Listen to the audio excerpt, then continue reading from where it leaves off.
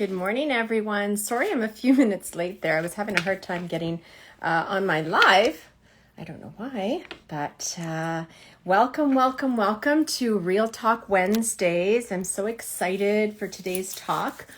I am going to be hosting Sandra Corrado, so I'm just waiting for her to jump on. Hi, Jen. And let's just see if she can get on here too. I don't know why I was having some difficulty. There she is. Hi, Sandra. So you guys are in for a great treat today. Just love Sandra. I'm just going to wait for her to request coming on. And here she comes. All right. So hopefully everyone's doing great today, this kind of gloomy Wednesday morning. There she is. Hi, Sandra. Hello. Welcome. I'm sorry. Thank you. I was having a little difficulty getting on. I think I had a brain lapse because I was trying to go live off my story page. Anyway, It's okay. welcome. Thank you. Pleasure to be here. So guys, I am so excited about today. Sandra and I actually connected on social media from a Facebook group, and I can truly say she is so inspiring, and she is like so knowledgeable, and I just love sharing the platform with her. She is an integrative wellness coach with a background in wellness, fitness, and behavioral science. Yes, this woman knows a lot, and she is totally inspiring.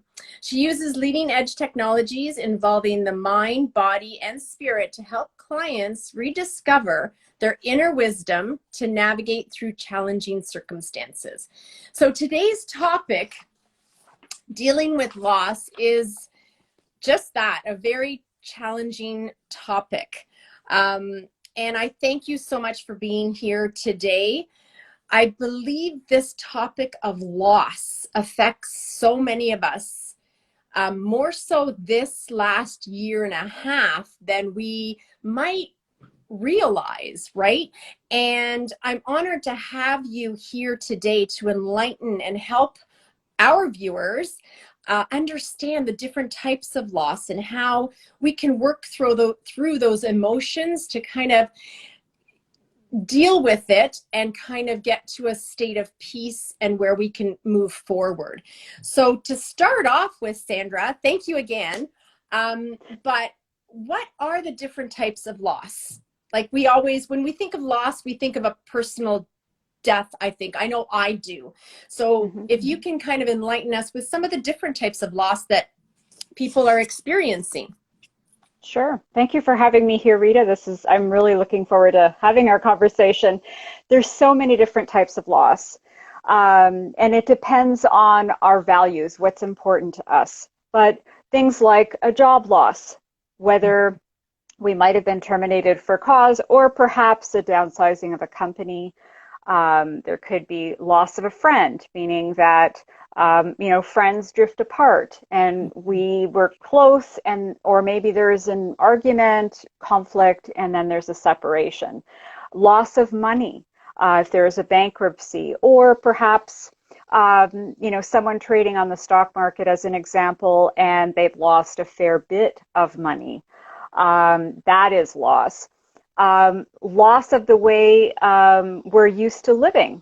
The last year, we've had very little connection, hugs, and face-to-face conversation with, our best friends and our family. We were more distant. That is loss, the loss of connection. And as human beings, we're meant to connect. We're meant to show affection. So those are some. Children can feel loss, infants as an example, when a parent may go out of the room and may not see the parent come back for 5 minutes. It could mean something to the little one. I want to see mommy, she's not here, or daddy. Loss of a toy. A parent takes a toy away from a child, and the interpretation or the perception of loss is, well, that's mine, I like that toy. That's a sense of loss. so, and loss of family members, loss of good friends, loss of colleagues. And there's emotions that are related to that loss. So these are some, there's so many. A teenager may feel, say a family is moving away from where their childhood home, and they're going maybe 2, 3, 4 hours away. And then there's a loss of friendship, not being able to play or socialize. So um, there is such a wide variety of losses, and we feel it as human beings. Right. So, like, how can we help ourselves, like, during these times of losses? Like, I didn't even think about the loss of a toy to a child. Like, I didn't even think that. But yeah, that would stir up the emotions, right? They're upset, they're crying, they're frustrated. Mm-hmm. So yeah, how can we help ourselves when a time of loss occurs, and even forward to our kids? Like, how can we help them? I mean, consoling them, yes, but are there Mm-hmm. other ways that we can help ourselves? Mm-hmm.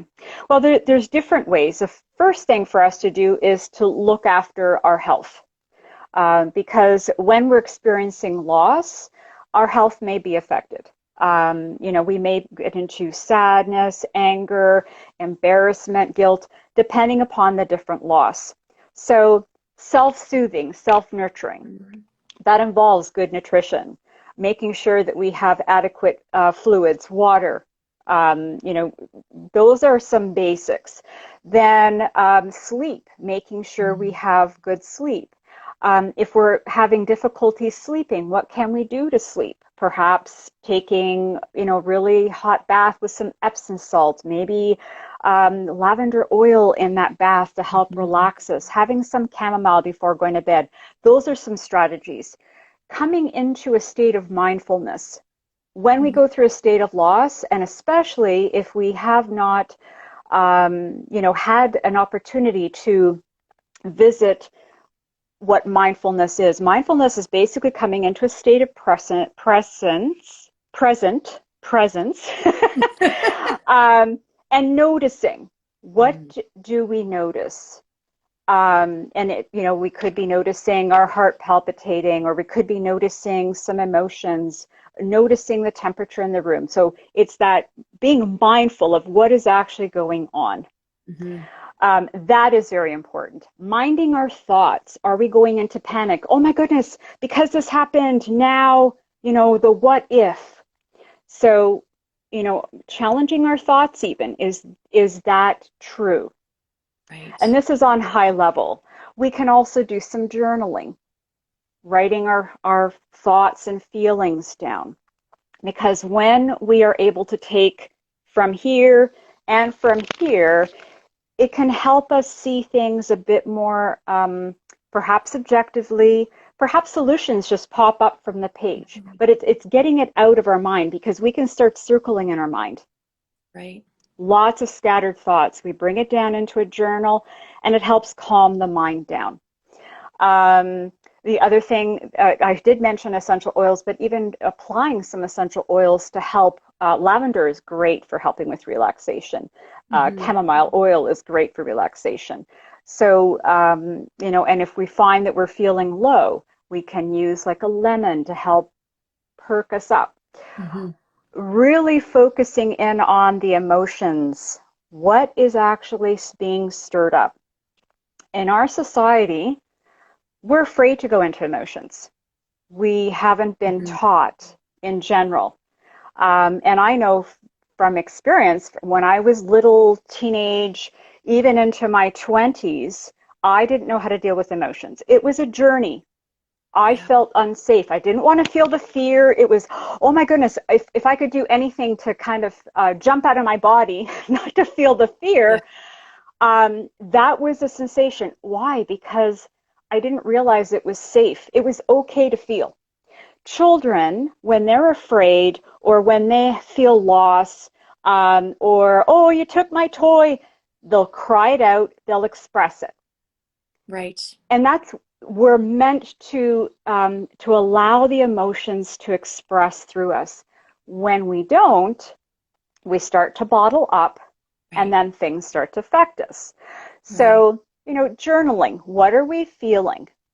Writing it out, all the thoughts, all the feelings, not denying the emotions, and literally, um, there's an expression, allow the emotion to swallow you up. In other words, Mm. sit with the emotion and just feel the emotion. And we may feel very uncomfortable. However, we know that in that moment, nothing really is going to happen to us. As we're feeling this emotion, we're just visiting. Where do I sense it? Is it in my heart? Is it in my belly, in my abdomen? Feel. Because if we allow it to flow out, the emotions will dissipate. They get louder and louder and louder when we do not allow ourselves to experience it. So the healthiest thing to do is to feel and express. And if we feel we need to, we can, in addition, we can speak to a loved one. We can also go for, say, some counseling or some coaching, or, a doctor, someone that we trust. We don't have Mhm. to stay with the emotions if we feel maybe hopeless, or we feel, oh my goodness, I just don't know how to deal with it. We do Right. have wisdom inside, but when we're in a state of fright, as an example, of fear, we may block ourselves. We may, because we go into the primitive part of our brain and we go into fight or flight, fight or flight. We don't get good, or we don't access our rational mind to ask questions or deal with the emotions. So those are some ways. There's so many different ways of Right. doing it, but those are some really practical suggestions, and especially about the emotions. I know it was a journey for me. It took a bit for me to feel comfortable, and noticing once the emotions pass, oftentimes, like, the emotions are feedback systems for us. Something is wrong. The emotions also have beliefs behind them. We may have unconscious beliefs behind Mm. certain things. What's the meaning of losing a job? Is it connected to our self-worth? Is it Mhm. connected to, oh my goodness, I can't pay the bills? I'm not good enough. Oh my goodness, I said something wrong. So many different beliefs. If Right. it's related to friend, you see, I'm not good enough as a person. I'm not a good friend. I don't know how to express myself. I don't know how to express my love or connection for someone. We can come with a lot of emotional baggage Yeah. beliefs, and they can stem from things from childhood. Now, our parents do the best they can in teaching us skills, but they may not have learned how to deal with emotions, or they may not have known that as children we interpreted situations a particular way. There's only so much, Yeah. we know. So it's not to place blame on anybody. It's just, how did we interpret? As a 7-year-old, we may not have the capacity to go through um, some reasoning. As an example, here's something very, very small, but to me it meant I ended up creating a huge story. I have very thick hair. And when I was a kid, and also in my teens and even in my 20s, I remember I would have people, and also hairstylists, that would come up and say, "Oh, look how thick your hair is." But I interpret it as, "Oh, that's really bad. Something's wrong with you. Mm. I'm not good enough. I'm not Right. worthy." This is how it translated. I mean, went from bad to worse. Wow. And then in my 20s, I remember finally finding a stylist, and the stylist said, "Oh, I love thick hair. Do you know how many people would love your thick hair because you don't have to fluff it up, you don't have to do this, you don't have to do Right. that?" Gave me a totally different perspective. And I thought, wow, 7-year-old or 6-year-old, I had interpreted something totally different. And I remember having a conversation with my mom about this, how I felt as a 6, 7-year-old. And she said, "But they were just admiring your hair." Yeah. I Yeah. didn't interpret it that way. So Crazy, right? It's our crazy. beliefs, yeah, our beliefs are actually kind of set, and then we kind of build from up to about 7, 8 years old. So we Yeah. interpret it. And I have noticed someone mentioned Italians are very different, Yeah. hard, I was hard just going to growing up say, back then. My background is Italian as well. So, me too. different cultures have different belief systems and, how they feel about emotions, how they treat emotions. It affects us. We may not realize it, but our cells remember. Our unconscious remembers. Our unconscious is like our software program to a computer. So we remember, and then we have an event that happens, and poof, Triggers. all these beliefs come up. Yeah. So true. So crazy Hmm. true. And that's the thing, right? And I mean, our parents did the best that they could, being like, for me, immigrants, right? They were Hmm. just trying to survive. And I I, I mean, I think as girls, especially in Italian culture, are okay to express emotion. But and I think this is in a lot of cultures. Boys are like, suck it up. Hmm. You're a boy, you don't cry, which is not right. Because Hmm.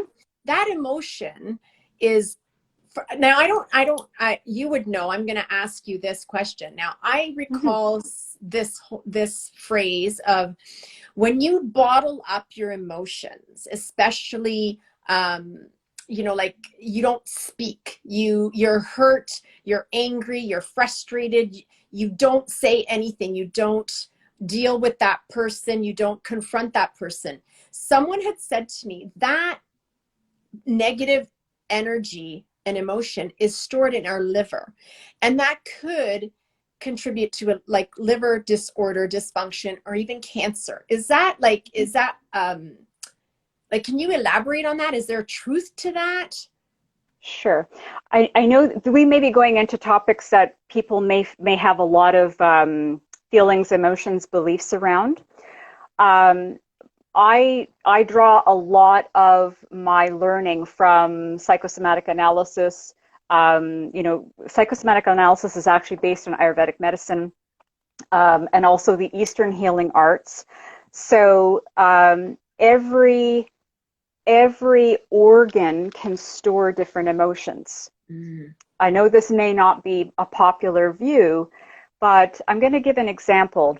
When we go for a massage, have you ever had a time where the massage therapist is just massaging, and we're feeling really good, and then all of a sudden we have perhaps an emotion that comes up, or perhaps, wow, I'm wondering why. Why is that 6-year-old event coming? Like when I was 6 years old, this event happened.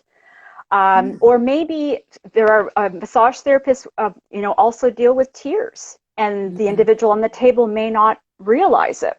Why? Like, why is this happening? Well, because emotions get stored in our body. In Mm. psychosomatic analysis, we use the phrase, there are issues in our tissues. So, as an example, you had mentioned, with respect to being stored in the liver, anger can be stored in the liver and the gallbladder. Fear can be stored in the kidneys. We may have felt fear and all of a sudden, oh my God, I have to go to the washroom. Yes. So grief and sadness in the lungs. Now, Yeah. again, this is different than, popular opinion, Mhm. but Mhm. the Eastern healing arts and Ayurvedic medicine, psychosomatic analysis, there is truth to that. We are energy. So Mhm. in our bodies and around us, we're all energy. So, and there's emotions have energy as well. Thoughts have energy. So Right. when we're thinking of, say, loving our child or our partner or mother, father, those that we love, how do you feel? Do you do this with your body, or do you do this? Mhm. Yeah. So there's a difference. Our body posture also reflects what's going on inside, our Mhm. emotions. When Right. we're depressed, we start to round the shoulders. And guess what happens? We cut off, again, I'm going to psychosomatic analysis, we cut off the heart area. We're cutting off or protecting our heart, right? We don't want to be hurt. We're depressed, we're sad.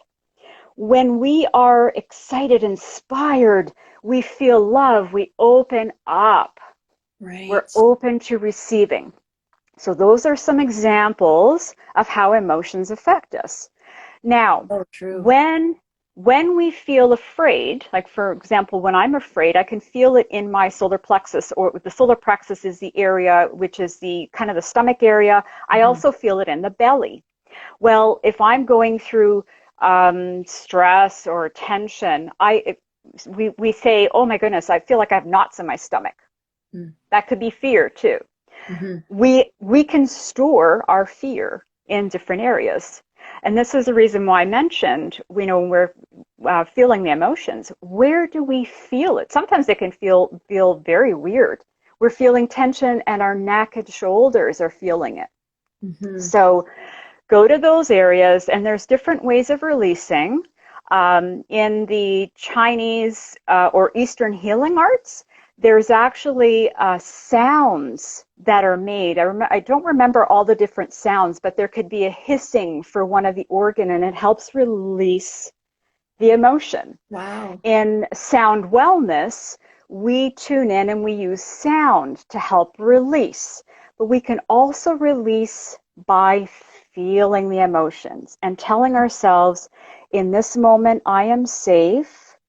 I can express, better to express versus keeping in.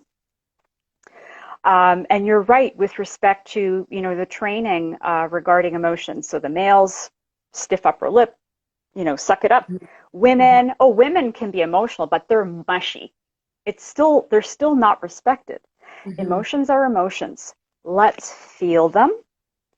Let's allow ourselves, I'm going to use the word process. Process simply means allow them to feel.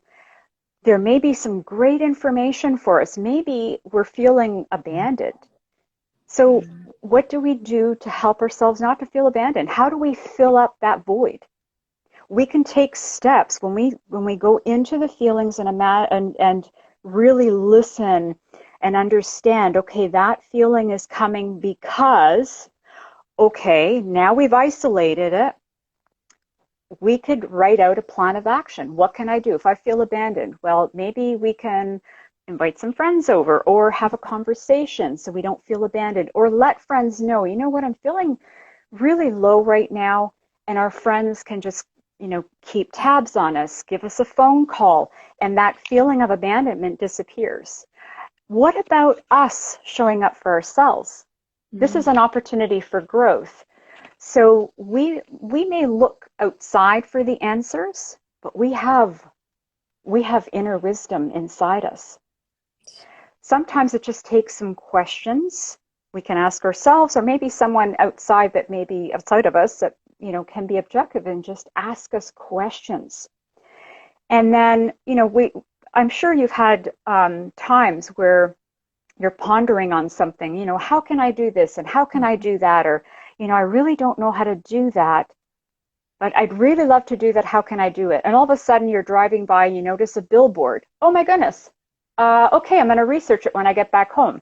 And Mm-hmm. then that leads to another research. Or, we met on Facebook where I'm constantly looking for people that are like-minded, and we met. And I would also say there's an energetic Connection. connection there as well. So the Absolutely. mind is a wonderful place. When we ask a question in quantum physics, when we ask a question, it's an ion, okay, going on a quest. It's looking for an answer. If we keep asking the question, a high quality question, not, something like, I'm trying to Where can think of I get a something and I million can't. dollars?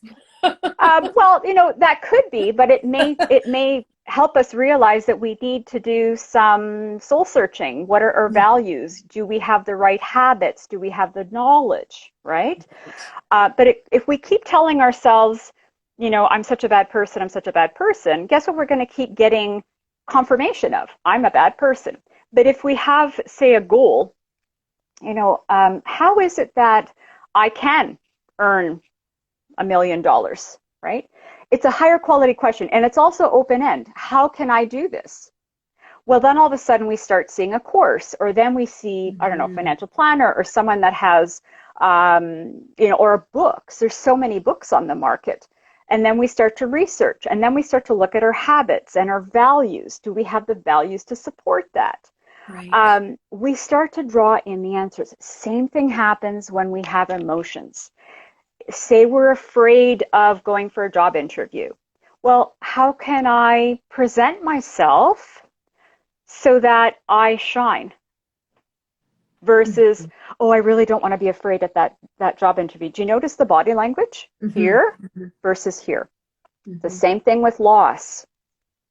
If we feel abandoned, how can I fill, there's a void. So how can I fill that void? Do we nurture ourselves? Because that is a form of filling the void of the abandonment. Do we love ourselves? We are perhaps big in body, we're adults, but we also have that inner child. Mhm. We had needs that, for one reason or another, we may not have felt, either nurtured 100%, because again, our parents do the best they can, but Right. we as children perceive things differently. So, no fault of anybody. It's just this is the reasoning that we had, Mhm. and we can view this as a growing, learning opportunity. Tapping into that inner child. What does that inner child need? I feel I need to hug. Great. That is a way of filling a void, or feeling that void of connection or abandonment. Um, so those are some ways of looking at loss, and also taking care of ourselves. Wow. Yeah. Kind of hard with everything with COVID going on right now. We're Mm-hmm. we're being told not to connect, right? So that's Mm-hmm. a whole new, we could have a whole new real talk about that, right? But Mm-hmm. having, okay, so the last thing I think we can talk about, or I'd like to touch upon, Mm-hmm. and I know we might be going a little bit over, but like this is so much like value. Your information that you're sharing with us is so valuable that I think our viewers are more than happy to stay on and listen to you a little bit more. So having lost my dad 8 years ago, that was a humongous loss for me. And having lost my mom, some of you know, a few weeks ago, um, Mm-hmm. it, it, it was again a tremendous loss. Um, but I felt like my mom's loss was even deeper because I'm now parentless. Mm-hmm. Like, I feel like, oh my God, like I don't have a parent. And when my dad passed away, you were saying, fill that void with hugs and love from someone. I had my Mm-hmm. mom, right? Mm-hmm. And now it was like my mom's not there, and my siblings are like, they're boys, right? So it's not the Mm-hmm. same. And so, can you talk to us a little bit about that loss, the loss of a life, and how to kind of deal with that and push through those dark feelings and those dark Mm-hmm. times? Mm-hmm. When we lose a parent, and especially when we lose both, um, we have the longest connection, longest friendship for many people. It's a deep friendship. Mhm. It's a deep connection. It's where we got our love, and also we exchange love. So we can feel deep loss and lots of emotion coming up. I wanted to take a step back, still revisiting this, but just to share something. A number of years ago, about over 25 years ago, I was asked the question, if you knew you had 24 hours left to live, what would you do? And I was in a workshop then, and I was also surrounded by, doctors and a lot of professionals. And I thought, I wonder, they're probably going to answer differently. I wonder how I'm going to answer. Well, when I actually got rid of all this talk and I actually went in, what came up for me is I would want to spend my time with those I love, and also hug, express my love, and also my appreciation, gratitude for them. Like literally express, what they meant to me. When everyone in the room shared, it was exactly the same. It was thank you, I love you. Thank you for being in my life, I love you. And if there was any conflict, it was thank you, I love you. Like the conflict was pushed aside. So the question then was, since we never know when our last 24 hours is, what is stopping us from expressing our love and appreciation to those that matter to us, that we love?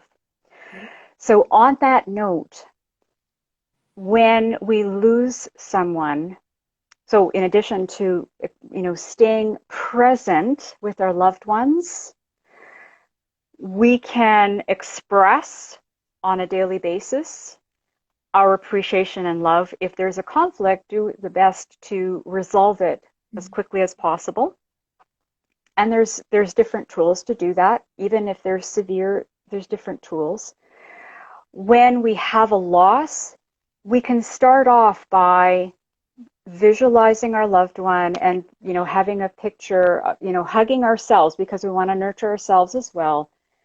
And think about all the loving blessings that our loved one shared with us, what they meant to us.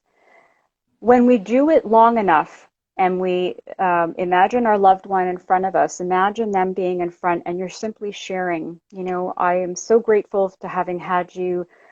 You've shown me this, you've taught me this, you gave me hugs, you gave me kisses, I felt so warm around you. At a certain point, you actually start to feel your heart open up and actually feel the love and gratitude.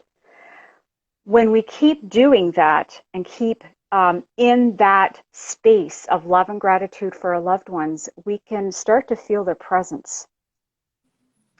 So whenever we're feeling that loss, we go through the grief, feel it, but also bring them into your heart and thank your parents, thank our loved ones for the blessings, because truly we are blessings in everybody's life. In quantum physics, and this is not a kind of a general way of thinking, but there's universal principles that are like gravity that can't be defied. And we have every trait. So in nature, as an example, when we have a seedling and then it grows into a tree, and eventually that tree dies and then it goes back into the earth, and then there's another tree that takes its place, or maybe two, like their seeds. So there's a cycle. So it's the creation, destruction. In nature, or even in our lives, our society doesn't honor in some societies, they honor the loved one as they're beginning to go through the dying process.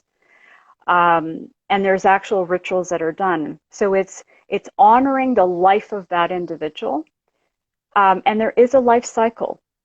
When we start to realize that, in nature, there's never a loss. There's always something that takes, if it's a tree or whether it's an animal, there is always birth that happens. And this is a difficult concept to understand, but when you go through some of the strategies or the questioning process, you can actually experience it. I've experienced it many times. I've also helped people go through this as well. And, with the mind, it's like, oh, what she's saying, this is not right. Perhaps because we've been trained this way. But when we start to look at, say we feel abandoned, we're missing love from our parents. Where is the love coming from now that perhaps was not there? Are we loving ourselves more fully? Are we parenting our inner child more fully? Is our partner giving us more hugs? Our children coming together? there's usually either one person or spread among different individuals that whatever trait we feel is missing from that individual, all of a sudden someone else will fill that void. And I know it may sound like a very weird concept, Mhm. because I've gone through it, and there've been hundreds of thousands of people that have gone through this around the world because of the work that I do, and I know, and I've witnessed it over and over and over again. Um, I've seen people go through and they feel the presence of their loved one in their heart, and then they feel there's nothing missing. Mhm. One friend of mine, she recently shared, she lost her mom about 3 years ago. And her comment to me, and this is illustrative of what what I've been chatting about. She said, I don't remember the exact wording, but she said, I saw a butterfly and my mother loved butterflies. It was as though she was present. She was looking for a sign from her mother, and then she saw a fawn, like literally come through, and she said, my mother loved that. So we Mhm. may find when we ponder, or when we ask, or when we're missing a loved one, we may see a sign, as some people call them, Mhm. and you may feel their presence. We are energy. So it's our body that's no longer here, but energetically we're still here. Our memories are still here of our loved one. So I know it's a new concept, Mhm. but it is a very profound one. Um, and at times it may need to be experienced in order to actually feel it. But I've witnessed it. I've gone through it many times. So those are some things I can share with respect to loss, and also, hug your loved ones even tighter. Appreciate, let's appreciate our loved ones while they're here, I while know. we're here. Yeah, absolutely. And I know I I find that sharing stories about your loved ones, like I'm in the last few weeks, I'm talking more about, None now with the boys, and so that kind of makes me smile instead of cry, because I remember Hmm. those times, right? And um, yeah, so it is hard. I find that even like in the last few weeks, I chose to write my mother's eulogy, and everyone, like all my friends, and they're like, "You did?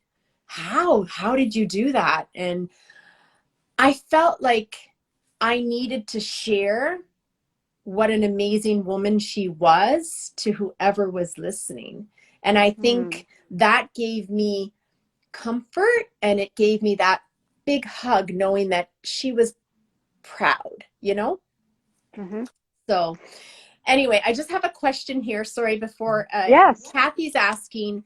So I guess, what if you know that you're going to lose that parent to, in her case, it's cancer, and her Hmm. father is fighting. He's doing chemo and whatnot. So how Hmm. can she deal with that? And I think you said that before, just telling him how much you love him, right? And care Hmm. about him and hugging him. She says she hugs her dad every single day.